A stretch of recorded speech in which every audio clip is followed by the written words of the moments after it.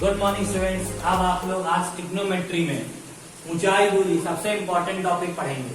देखिए, ऊंचाई दूरी बहुत इजी होता है। अगर आपको फिगर बनाना आ गया तो ऊंचाई दूरी आ गई। अब ऊंचाई दूरी में दो कोण इंपॉर्टेंट होते हैं जो वो बोलेगा। एक का नाम होता है उन्नयन कोण और एक का नाम होता है अवनमन कोण। तो ज्यादा टेंशन लेने की जरूरत नहीं कि यार उन्नयन क्या अवनमन क्या, ऐसा कुछ नहीं। मैं सिंपल सा एक फिगर ड्रॉ कर दे रहा हूं। मैं आपको बता देता हूं जो ये कोण होता है नीचे, इसको हम लोग बोलते हैं उन्नयन कोण। याद रखिए हमेशा, ये होता है हमारा उन्नयन कोण। और इसी के समांतर रेखा जब ऊपर ऐसे खींच दी जाती है तो जो कोण हवा में बनने लगता है उसको हम लोग बोलते हैं अवनमन कोण। उसको हम लोग बोलते हैं अवनमन कोण। बस सीधी सी बात याद रखिए, जो कोण जमीन के साथ बनेगा उन्नयन और जो कोण ऊपर बनेगा वो अवनमन। बात खत्म। अब सिंपल से आइए सवाल को पढ़ते हैं। देखिए, एक मीनार भूमि पर ऊर्ध्वाधर खड़ी है। पढ़ते जाइए, बनाते जाइए। मीनार भूमि पर ऊर्ध्वाधर खड़ी है। ये देखिए, मैंने सबसे पहले भूमि बनाई क्योंकि मीनार हमेशा हमको भूमि पर खड़ी करनी होती है। ये मैंने इस पे ये मीनार खड़ी कर दी।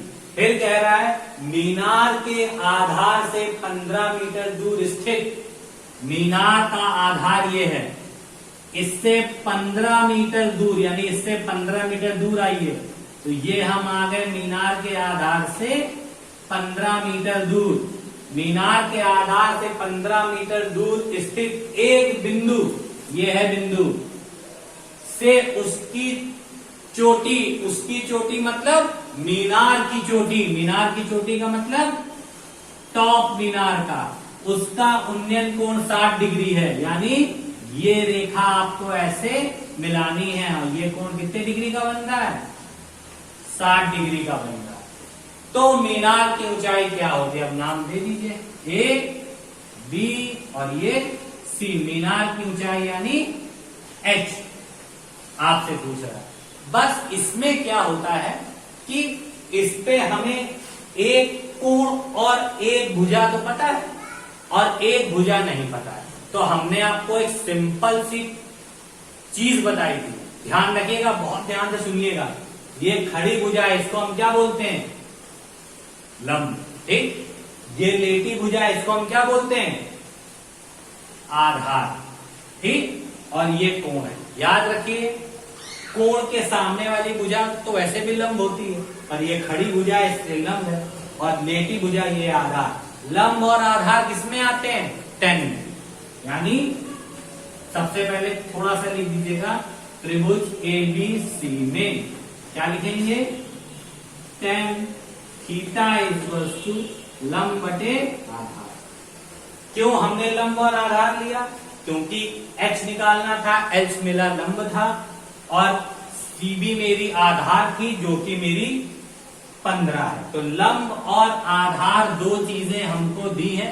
तो लंब और आधार किसमें आता है? 10 में। तो हमने सीधे 10 रखा। अब 10 ऐसे ही लिखिए, थीटा की जगह लिखिए 60 डिग्री। लंब कितनी है? AB यानी H। आधार कितना है हमारा? 15। 10 60 की वैल्यू होती है √3 H अपॉन 15। तो क्रॉस मल्टीप्लीकेशन कर दीजिए तो 15 √3 इज इक्वल्स टू क्या गया? H। है सिंपल।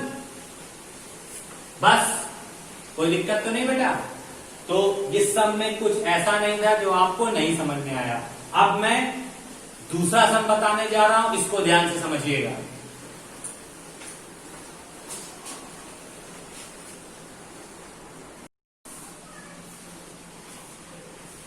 देखिए स्टूडेंट, आगे के दो सवाल हैं।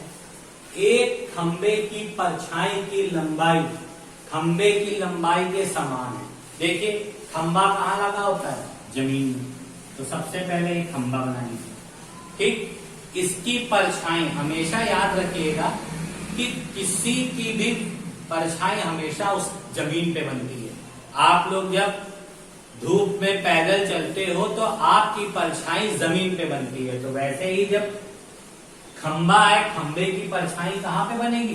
जमीन पे। और ये उतनी ही बड़ी है जितनी खंबे की लंबाई है, तो ये उसकी हो गई परछाई। ठीक है, तो ये ए बी और ये बिंदु सी।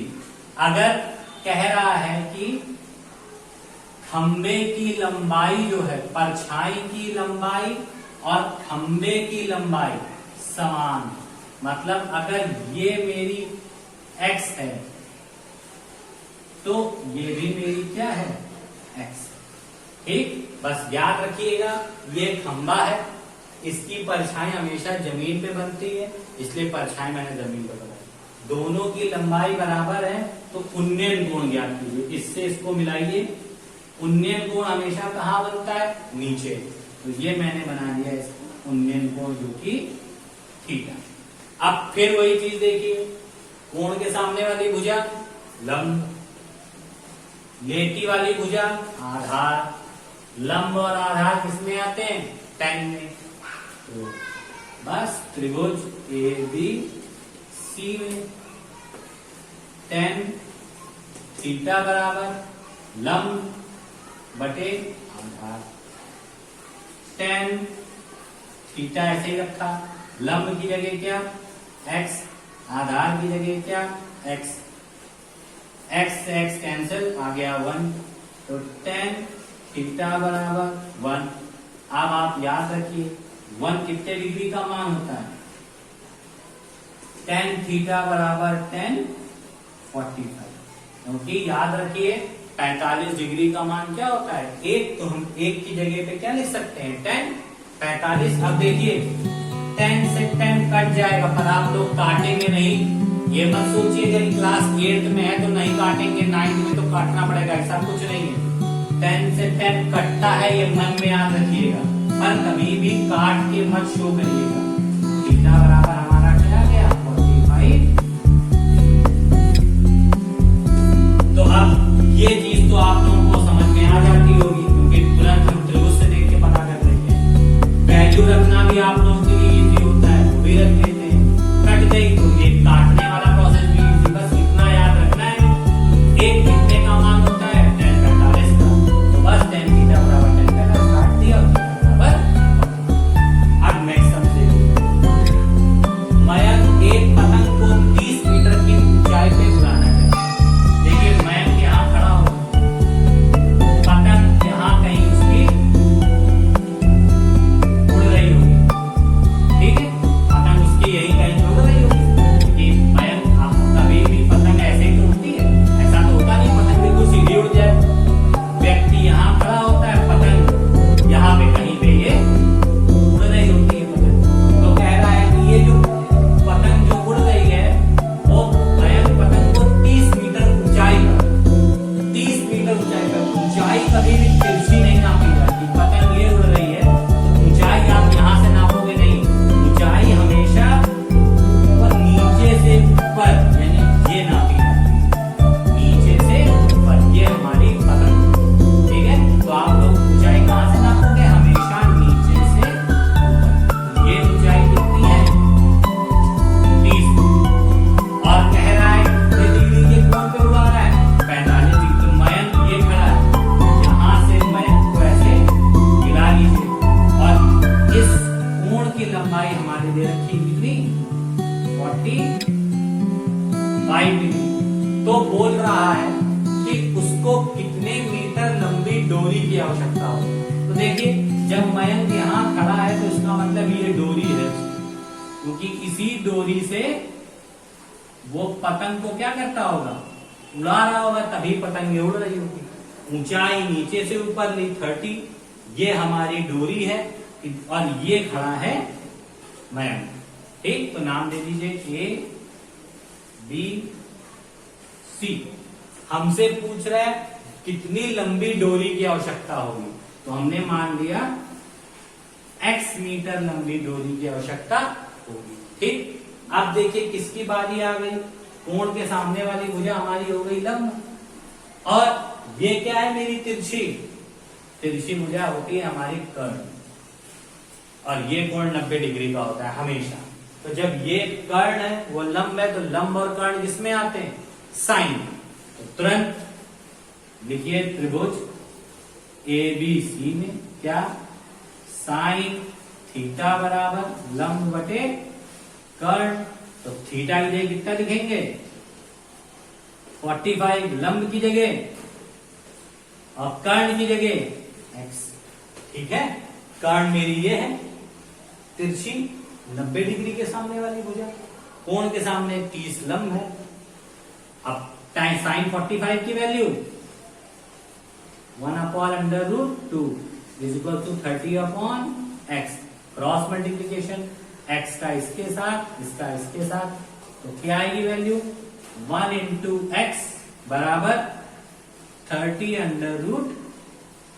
तो x इज इक्वल टू कितनी आ गई? 30/2। ठीक है स्टूडेंट, ये समझ में आ गया। इसमें इंपॉर्टेंट था आपका फिगर। हमेशा याद रखिएगा, पतंग सर पे नहीं उड़ती। यहां व्यक्ति खड़ा होता है, पतंग ये उड़ती है। ऊंचाई नीचे से ऊपर मेजर करी जाती है, और बाकी सब कुछ मैंने समझा दिया है। इसमें फिगर बहुत इंपॉर्टेंट होता है। अगर आपने फिगर बना लिया तो आपका सम इजीली। अब लास्ट सम और है, वो देख लीजिए उसको कैसे सॉल्व करते हैं।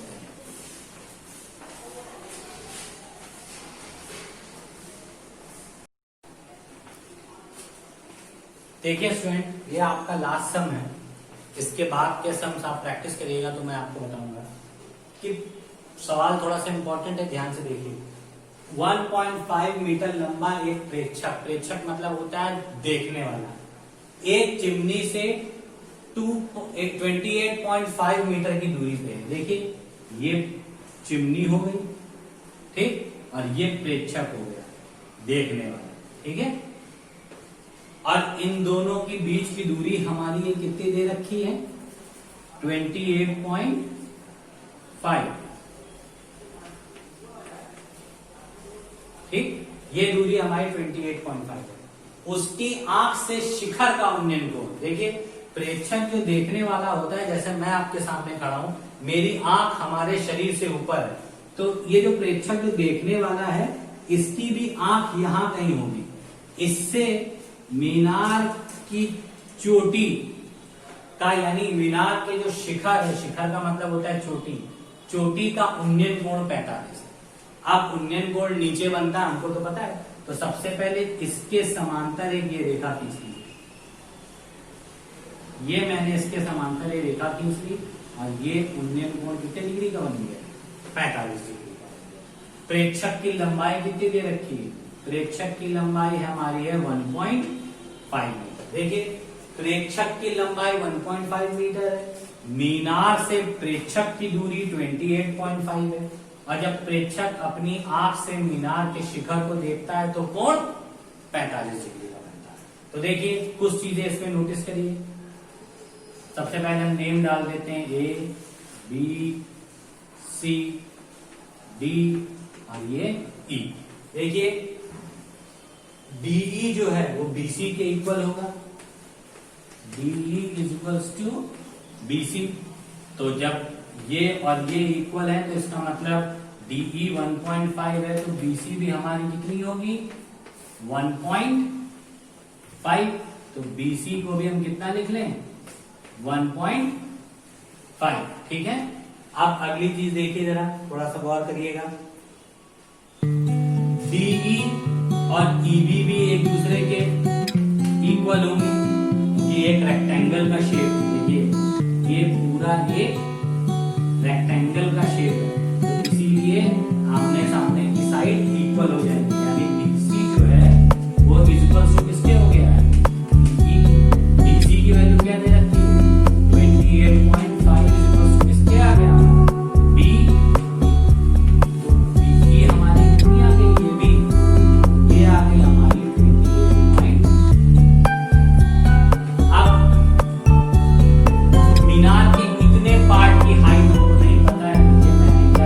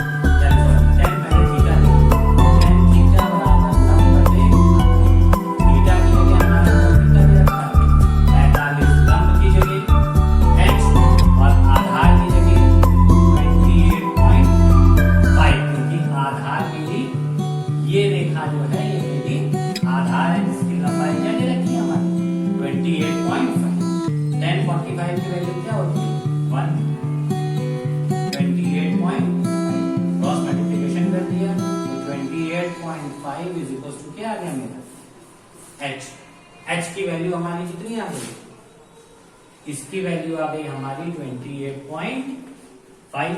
तो हमको मीनार की ऊंचाई ज्ञात करनी है। तो मीनार की ऊंचाई बराबर क्या हो जाएगी, इतनी तो मेरी h थी, यहां से यहां तक मेरी थी h प्लस नीचे वाली ये थी, यानी इसको अगर और अच्छी तरीके से लिखें तो हम ऐसे लिख सकते हैं, पूरी मीनार AC है तो इसको हम लिख सकते हैं AB प्लस BC, यानी AB प्लस, ये मैंने BC लिखा, AB की लंबाई दे रखी है h और BC की लंबाई दे रखी है 1.5। अब h का मान हमारा क्या आया, 28.5 प्लस 1.5, इन दोनों को ऐड कर दीजिए, 5 5 10, 8 9 1 10, 1 3, कितनी आ गई, 30 मीटर मीनार की ऊंचाई आ गई। तो ये आपका क्या हो गया। तो स्टूडेंट इस तरीके के कई सवाल हैं, मैं आपको बताऊंगा। आप लोग इस सम्स को बहुत आराम से पढ़ें और सबसे पहले फिगर ड्रॉ कर लें। अगर आपने फिगर ड्रॉ कर लिया तो ये सब पोर्शन बहुत इजी होता है, ठीक है। तो सबसे टफ इसमें फिगर ड्रॉ करना होता है। अगर स्टेटमेंट को आराम से और पेशेंस के साथ पढ़ा जाएगा तो आप लोग फिगर्स को ड्रॉ कर लोगे। तो कल मैं और थोड़े से सम बताऊंगा जिसमें फिगर्स अलग अलग टाइप के होंगे। तो आप लोग अभी तक इतने सम्स की अच्छी तरीके से प्रैक्टिस कीजिए, और आपको नहीं समझ में आए तो जरूर पूछिए। इस चैप्टर को लाइटली मत लीजिएगा, क्योंकि अगर अभी आपको सब क्लियर हो गया तो नेक्स्ट क्लास में जाके आप बड़ा इजी फील करेंगे कि आपको सब कुछ आता होगा। तो फिर इस चैप्टर के इंपॉर्टेंस को ध्यान में रखते हुए अच्छी तरीके से पढ़िए, और कुछ भी नहीं समझ में आया तो दोबारा से हमसे पूछिए। Thank you and have a nice day.